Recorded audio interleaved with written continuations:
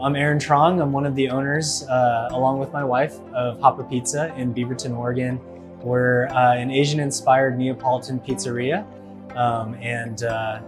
yeah, we just opened our first brick and mortar here in Beaverton. So originally we started at the Beaverton Farmers Market.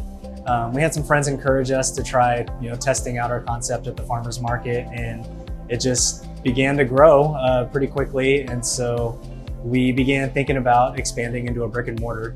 Through that process, people from the city encouraged us to check out SBDC, and that's where we learned about what the first steps are, because neither my wife or I have any experience in the restaurant industry. So we were just like, didn't even know where to begin. So having, a resource like SBDC really helped us a lot. So I didn't know how to find a space, how to negotiate a lease, what kinds of terms are typical, to ask for.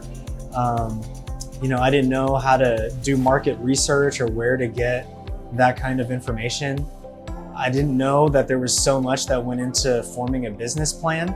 The way that they broke it down into these bite-sized pieces made it a lot more manageable for us to do what we needed to do to position ourselves, to be ready to start our own brick and mortar. The first milestone was getting into the Beaverton Farmers Market. We originally started out at the Cedar Mill Farmers Market, which was a lot smaller, than Beaverton, but Beaverton was always our dream. Oh man, if we could get in there, then we've made it, right? Then for some reason, Eater found out about us and, wrote an article about us. And then after that, we've been really, really fortunate with getting a lot of press coverage. So I was afraid that, people might not be receptive, to what we're making. But I've been pleasantly surprised that people seem to really appreciate it. I'm just really grateful, to the SBDC for how they've helped us get to the point where we're at.